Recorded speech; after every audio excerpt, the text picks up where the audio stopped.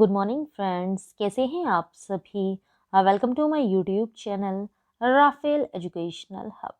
Friends, आज है 6 नवंबर 2023। 6 नवंबर की करंट अफेयर से जितने भी इम्पोर्टेंट क्वेश्चन बन सकते थे वो सभी हम आपके लिए इस वीडियो में लेकर आए हैं। यदि आप हमारे चैनल पर नए हैं तो हमारे YouTube channel Rafale educational hub को सब्सक्राइब करें और साथ ही साथ बेल आइकन को भी प्रेस करें, जिससे हमारे नोटिफिकेशन आपको सबसे पहले और समय से प्राप्त हो सकें। तो चलिए फ्रेंड्स, स्टार्ट करते हैं आज के क्वेश्चन आंसर्स को। क्वेश्चन नंबर फर्स्ट है, भारत में इलेक्ट्रॉनिक बैंक गारंटी प्लेटफॉर्म देने वाले पहले विदेशी बैंक का क्या नाम है। तो इस क्वेश्चन का राइट आंसर है option number D, HSBC bank नाम है। तो जानते हैं अदर पॉइंट्स। HSBC इंडिया ने व्यापार वित्त के डिजिटलीकरण को सुविधाजनक बनाने के लिए इलेक्ट्रॉनिक बैंक गारंटी सेवाएं शुरू की हैं। HSBC इस सुविधा की पेशकश करने वाला देश का पहला विदेशी बैंक है जो डिजिटल समाधान प्रदाता national e governance services limited के सहयोग से संभव हुआ है। यह डिजिटल विकल्प लगभग तात्कालिक प्रसंस्करण प्रदान करता है, जिससे लेन देन चक्र का समय काफी कम हो जाता है।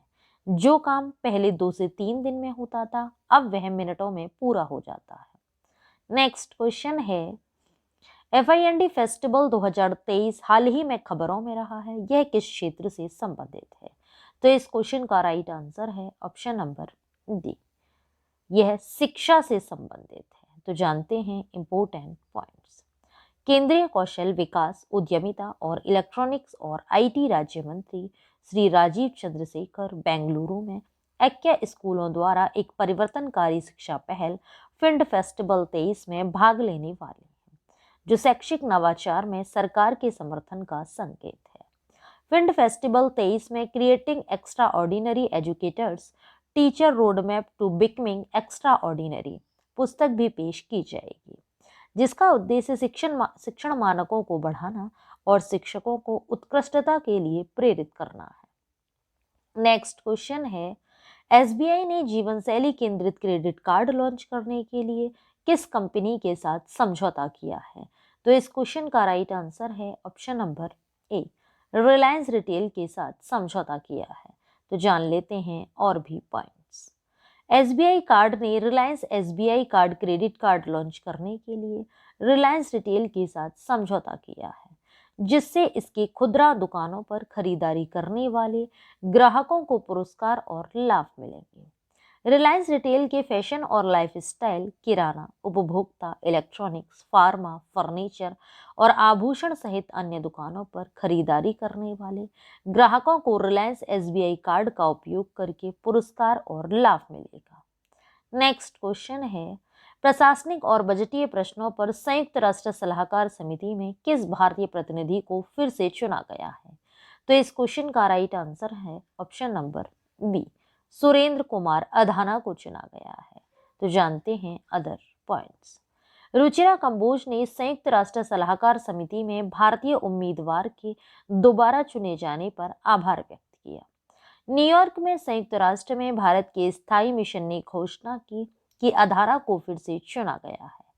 सलाहकार समिति व्यापक भौगोलिक प्रतिनिधित्व के आधार पर 3 साल की अवधि के लिए महासभा द्वारा चुनी गई 21 सदस्यों की एक विशेषज्ञ समिति है। नेक्स्ट क्वेश्चन है, वायु रक्षा क्षमताओं में क्रांति लाने के लिए किसके द्वारा प्रोजेक्ट कुशा शुरू किया गया है।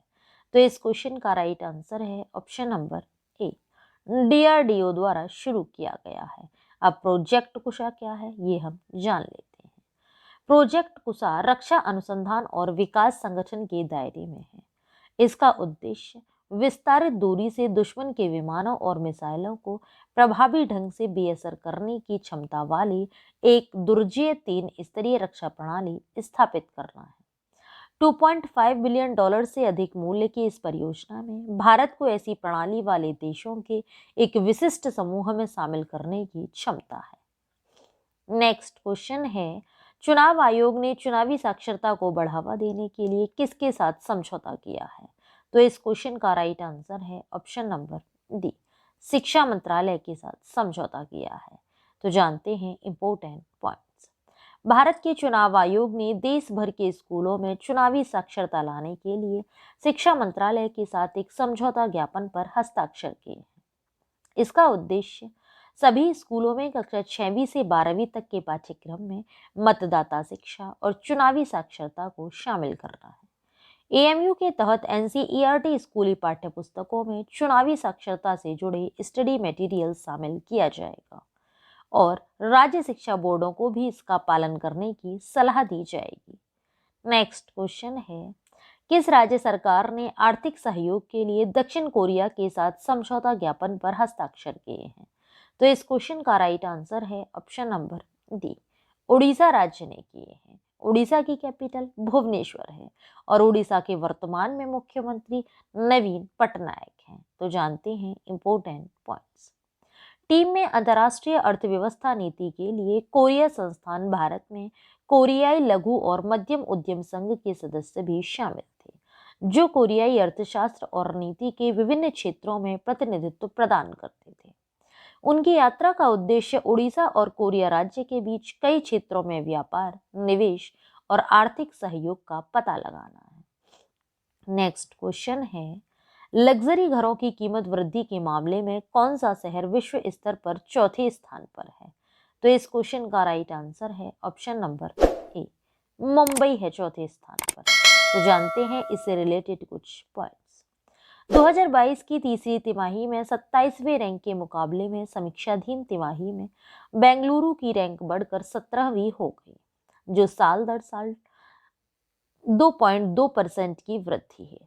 रियल एस्टेट सलाहकार नाइट फ्रैंक इंडिया ने prime global cities index Q3 2023 जारी किया। नई दिल्ली और बेंगलुरु ने भी अपनी सूचकांक रैंकिंग में ऊपर की ओर वृद्धि दर्ज की। नेक्स्ट क्वेश्चन है, भारत में खाना पकाने की प्रथाओं को बदलने के लिए किसने राष्ट्रीय कुशल पाक कला कार्यक्रम शुरू किया है? तो इस क्वेश्चन का राइट आंसर है ऑप्शन नंबर सी, EESL ने शुरू किया है। तो जानते हैं कुछ इंपॉर्टेंट पॉइंट्स। EESL ने 2 अभूतपूर्व पहलों नेशनल एफिशिएंटिंग कुकिंग प्रोग्राम और एनर्जी एफिशिएंट फेंस प्रोग्राम का अनावरण किया, जिसका उद्देश्य भारत में खाना पकाने की प्रथाओं में अभूतपूर्व परिवर्तन लाना है। ऊर्जा मंत्रालय के तहत सार्वजनिक क्षेत्र के उपक्रमों का एक संयुक्त उद्यम एनर्जी एफिशिएंसी सर्विसेज लिमिटेड ने 2 नवंबर 2023 को नई दिल्ली में 2 अभूतपूर्व पहल नेशनल एफिशिएंट कुकिंग प्रोग्राम और एनर्जी एफिशिएंट फैन प्रोग्राम का अनावरण किया। नेक्स्ट क्वेश्चन है, भारत श्रीलंका व्यापार शिखर सम्मेलन को किसने संबोधित किया है? तो इस क्वेश्चन का राइट आंसर है option number B, Nirmala Sitharaman ने संबोधित किया है। तो जानते हैं अदर पॉइंट्स।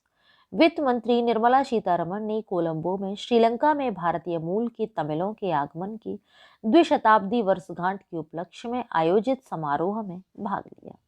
वह भारत श्रीलंका बिजनेस शिखर सम्मेलन को भी संबोधित करेंगी, जो द्विपक्षीय आर्थिक सहयोग और व्यापार को बढ़ावा देने, कनेक्टिविटी बढ़ाना, समृद्धि के लिए साझेदारी विषय पर केंद्रित होगा।